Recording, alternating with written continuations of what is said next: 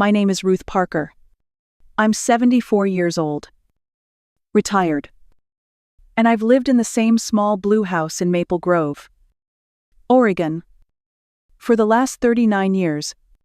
The roses in the front yard bloom every May.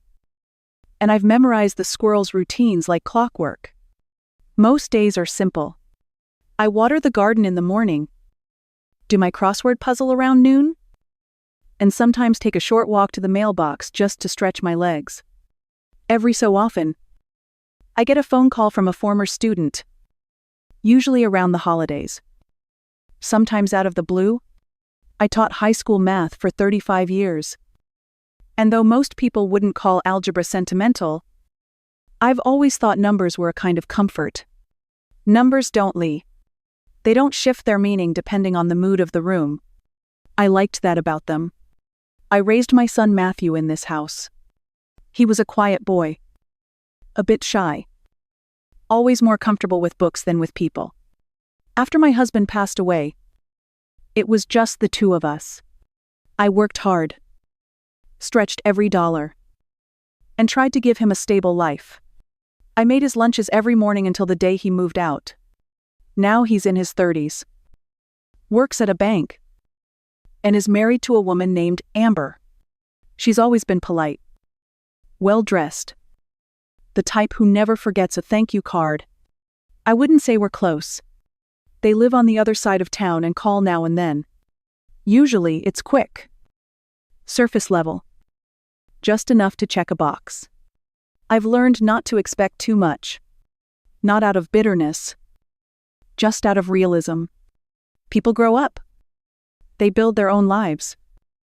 And sometimes the quiet spaces between calls are the only things left behind. But I don't complain. I have my little routines. My garden. My books. And a cupboard full of tea. I know the names of every cashier at the grocery store and the rhythm of the traffic light outside my street. It's not exciting, but it's mine. And until recently, I thought it was safe. I thought my quiet little world would always be enough. It was a Thursday when Matthew called and said they'd be stopping by for dinner. I remember the way his voice sounded on the phone. Too cheerful. Almost rehearsed. Like someone reading a line they didn't write themselves. He told me not to cook. Said they'd bring something from that Thai place I like. And mentioned they had something exciting to share. That part lingered in my head longer than I expected. They showed up at 6 on the dot. Matthew was always punctual. A habit I'd passed on without trying. He stepped onto the porch holding a paper bag and a bottle of sparkling water. His face smiling, but his eyes somewhere else. The cologne he wore was new. Stronger. Sharper. It reminded me of something synthetic. Like when someone's trying too hard to impress. Amber followed behind, dressed in a crisp beige coat and heels that didn't quite match the rest of her outfit. She greeted me with a warm enough tone, but called me Ruth. Not Mom. Not even Mrs. Parker. Just Ruth. Like I was a neighbor they were dropping in on out of politeness. I stepped aside and let them in. Matthew looked around the living room and gave a little smirk as he brushed his hand over the arm of my floral couch. Still holding on to this old thing? Huh. I told him it still suited me just fine. It knows where I sit. Amber gave a little laugh. The dry kind that ends before it begins. We sat down at the table. And I tried to keep things light. I complimented the food. Asked about their work. But they were both strangely disconnected. Amber kept glancing at her phone. And Matthew was half in the conversation. Half somewhere else. Then his phone buzzed. He stood up quickly and excused himself. Stepping into the hallway. His voice wasn't loud. But the walls are thin in this house. Always have been. I heard just enough to make my stomach turn. Yeah. She doesn't suspect a thing. Name's Ruth Parker. Everything's ready. There was a pause. Then the sound of him hanging up. When he came back in, Amber was already talking too fast. Too loud. like someone trying to drown out silence. I let her speak, nodded when it felt polite. But my eyes were on Matthew. He smiled at me like nothing had happened and said they were planning a big life change. Something exciting. Said they might need my help. What kind of help? I asked, keeping my tone steady. Nothing major, he said. Just a couple of signatures. Some technical paperwork. His words were casual. But the air between us shifted. I nodded and didn't press. That night, after they left, I stood in the doorway for a long time. The house was quiet again. But it didn't feel like it had before. Something was off. Something I couldn't yet name, but could no longer ignore. The envelope had been sitting on my kitchen counter since they left. Matthew handed it to me on the way out. Said it was insurance paperwork. I didn't think much of it at the time. I set it down next to the fruit bowl and told myself I'd look at it later. But something about it kept pulling at me. It was past 9 when I finally opened it. The paper inside wasn't insurance. It was a receipt, a real estate deposit slip for $50,000. My name was printed across the top in bold, Ruth Parker, the buyer. He blinked at it. Sure, I was reading something wrong. I looked again. There it was. Plain as day. The property listed was in a neighborhood I didn't recognize. And the amount was marked as paid. The deposit had already gone through. My address. My social security number. My hands began to tremble. Not from fear, but from something deeper. A kind of disbelief that sat heavy in my chest. I read the document again. Slower this time. Trying to make sense of it. It didn't look like a mistake. It didn't feel like a mistake. I thought back to the dinner. The glances between them. The way Amber kept checking her phone. Matthew's call in the hallway. She doesn't suspect a thing. A lump formed in my throat. I walked to the filing cabinet in my bedroom and pulled out my bank statements.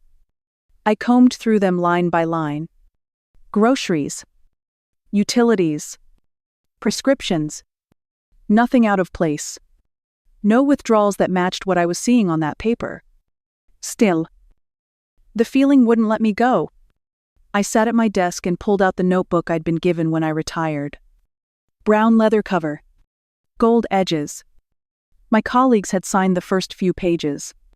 I turned past them and began writing. Fact, of $50. Zero payment was made in my name. Fact, Matthew told me the envelope was insurance.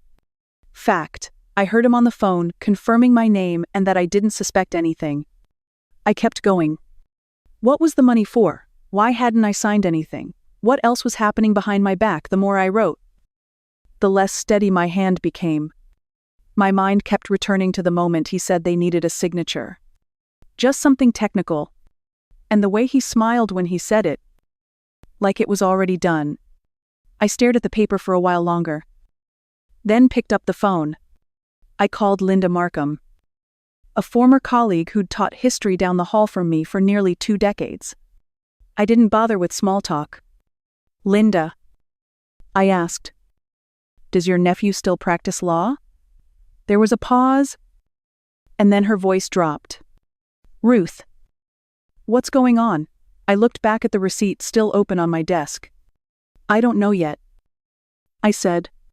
But I think Matthew's done something I can't pretend not to see. The next morning, I sat at the kitchen table with the receipt in one hand and my coffee going cold in the other. I stared at the numbers like they might rearrange themselves if I waited long enough. But they didn't. They just sat there, heavy and certain. That's when I picked up the phone and called Faye Delaney. Faye had been one of my brightest students back in the day. She came from a rough home, but had a sharp mind and a quiet kind of fire that always made me think she'd do something meaningful. She now worked for the IRS. And though we hadn't spoken in years, I knew I could trust her. When she picked up, she sounded surprised but warm. I didn't waste time. I told her what I'd found and asked if she could help me figure out what was going on. Not officially. Just guidance. She didn't hesitate. She asked for a few key details. Then said she'd see what she could find and call me back in a day or two. I didn't sleep well that night. I kept going over the dinner in my head. Every word, every glance, every pause. It felt different now. Like watching a play after someone tells you the ending. You see things you didn't before. Faye called back the next afternoon. Her voice was careful. "Ruth," she said. "There's a mortgage in your name. $450,000. It was issued 3 weeks ago through Oakcrest Bank. The first payment has already been made. $50,000. The deposit." The air felt thick around me. I didn't say much. Just thanked her and promised to follow up. After I hung up, I sat in silence for a long time. My name, my information, my debt. And I hadn't signed a single thing. I looked up the number for Oakcrest Bank and asked to speak to someone about a mortgage under my name.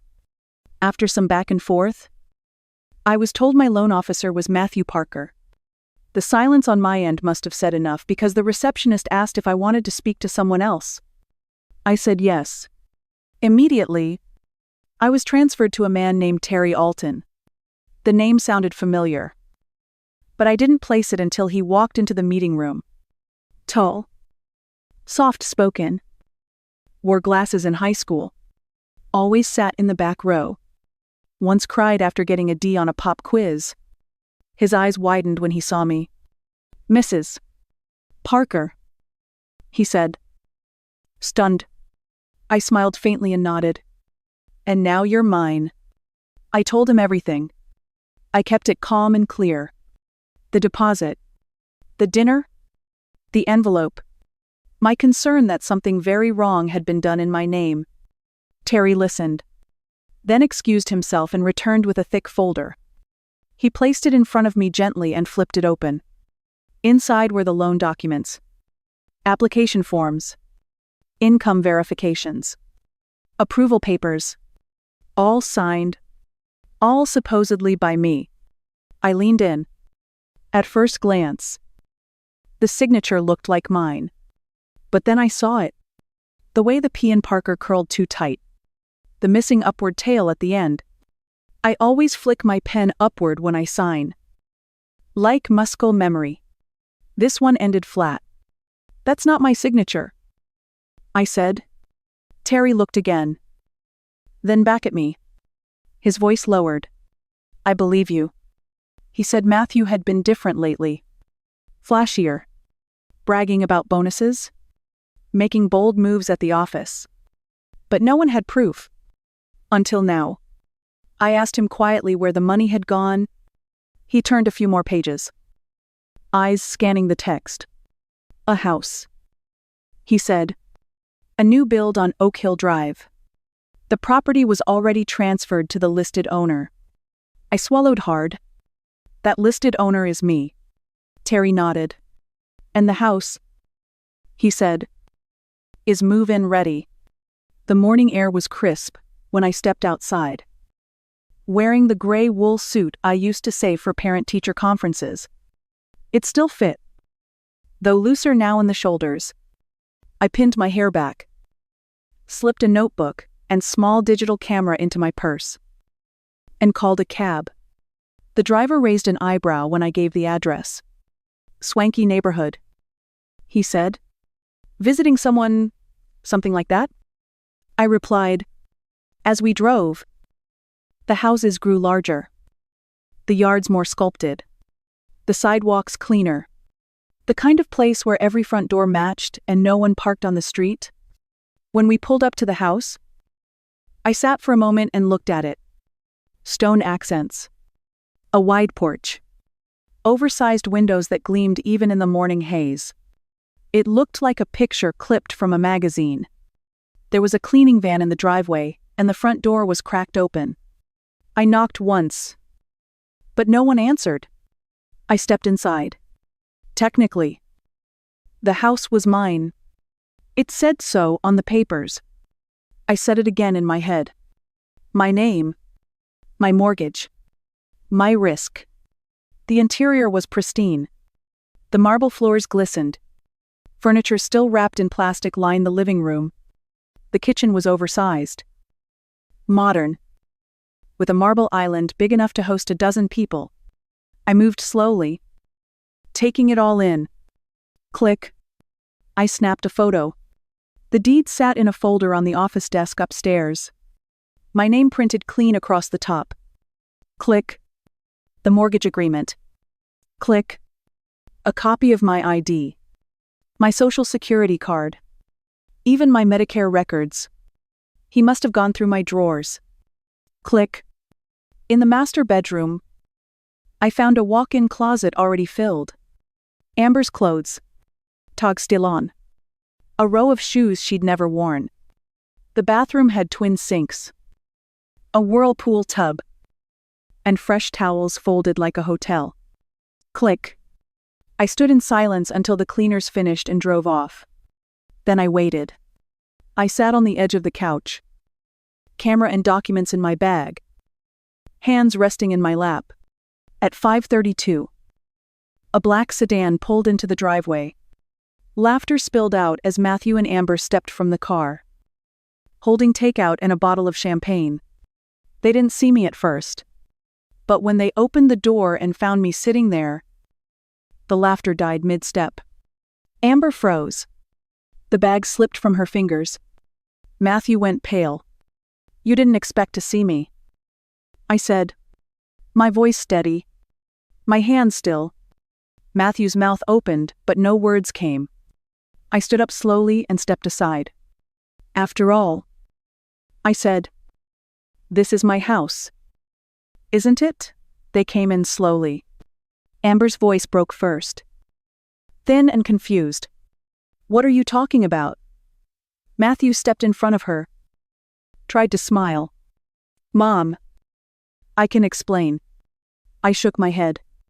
"Don't. You used my name. My identity. You bought a house I didn't authorize and signed documents I never saw." Amber turned to him, blinking. "You told me she signed. You said she agreed." He didn't answer. She stepped back. "You lied to me too." I reached into my purse and placed the folder of photos on the counter. "I took these today. Every forged signature. Every stolen document. I have enough evidence to file charges.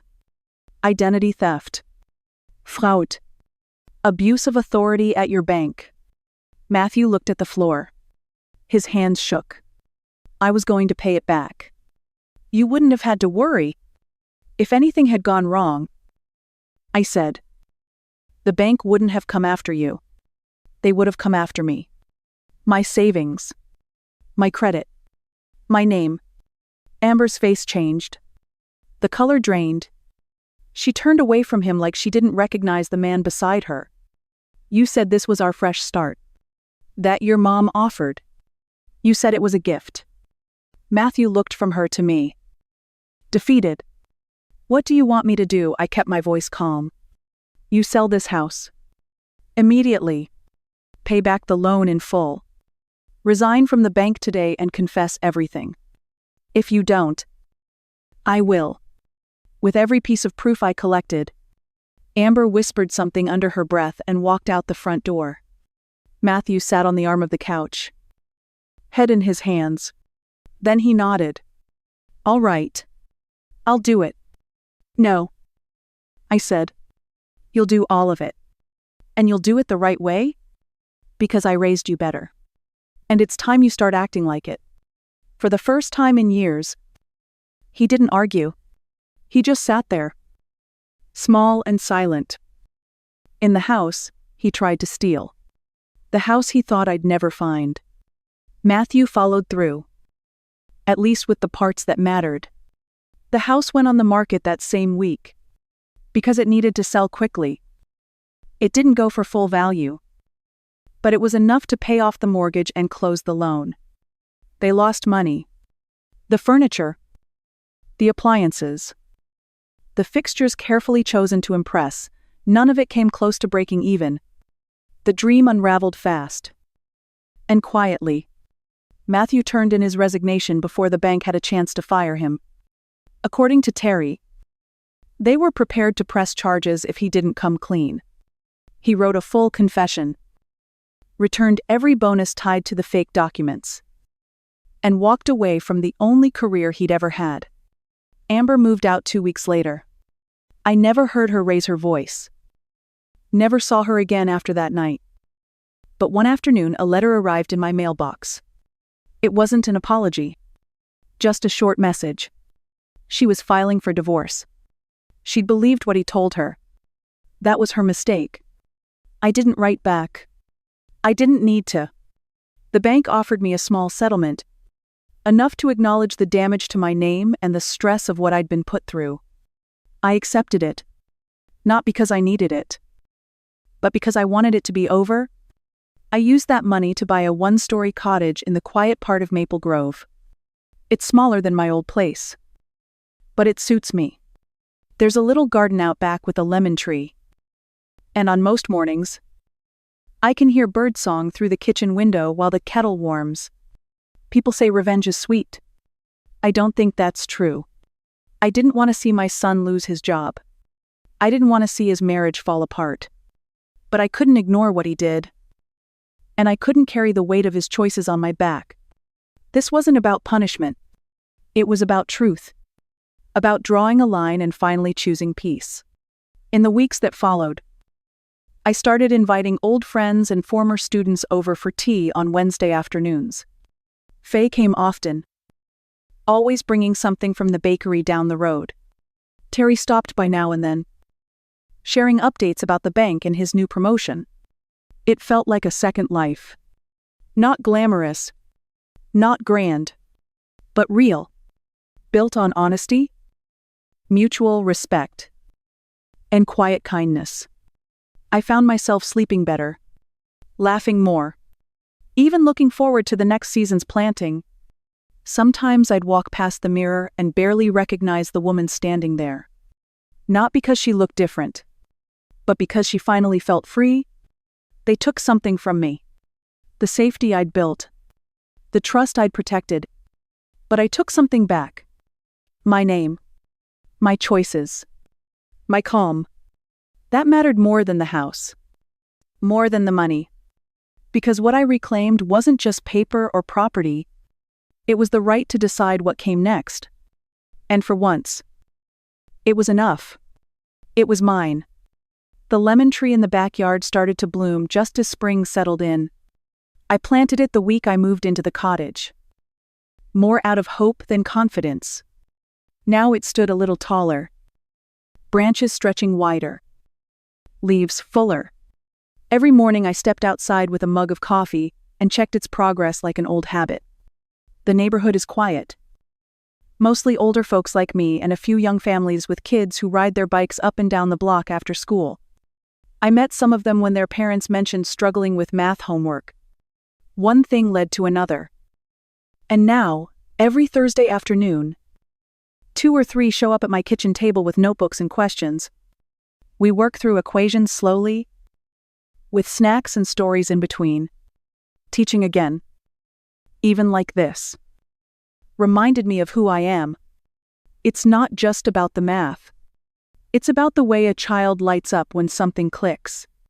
The way they lean in when they realize someone is really listening. I never thought I'd be needed again. Turns out, I am. In small ways that matter more than I expected. On Wednesdays, I host tea in the sunroom. A few retired teachers from my old school stop by. And sometimes a former student or two who still calls me Miss Parker. Even though I've told them they don't have to.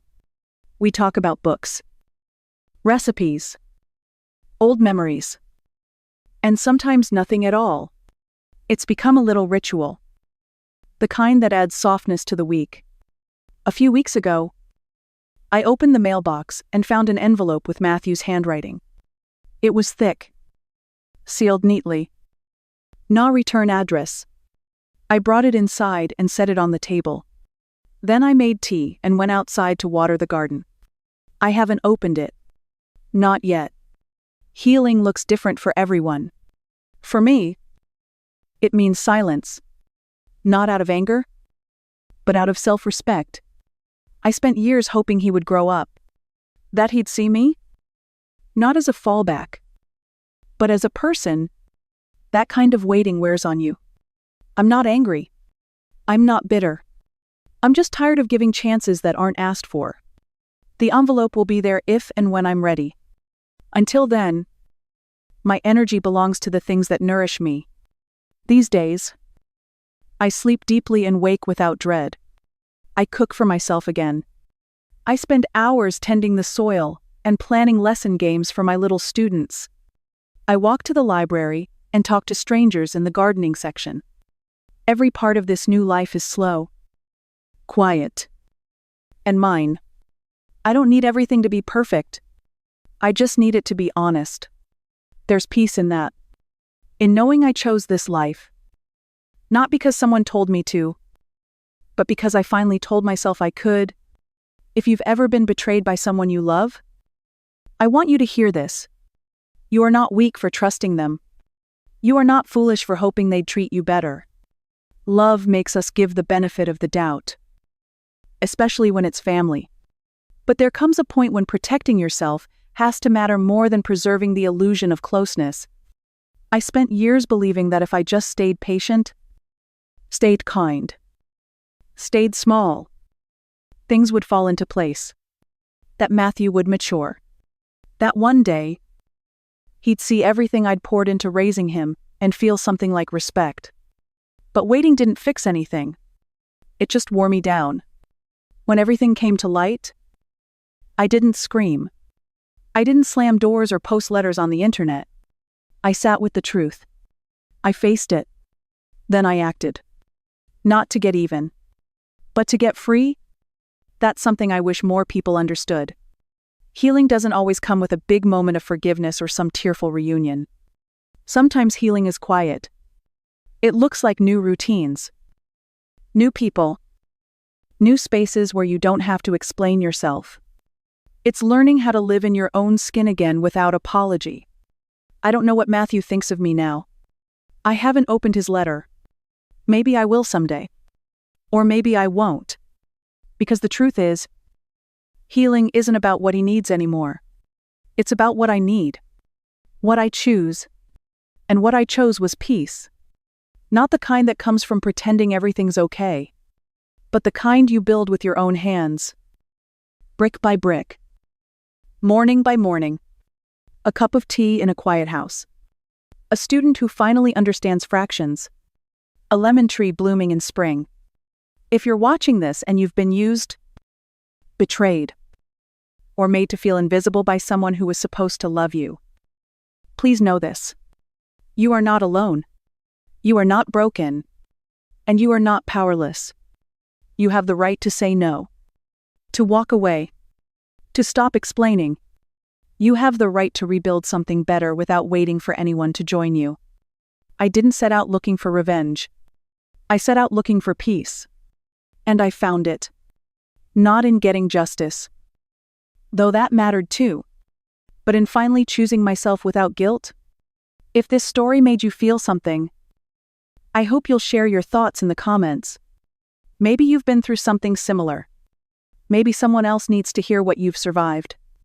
Your voice could be the very thing that helps someone else take their first step toward freedom. Thank you for spending this time with me. And wherever you are, I hope you find your own version of peace, one that belongs fully to you.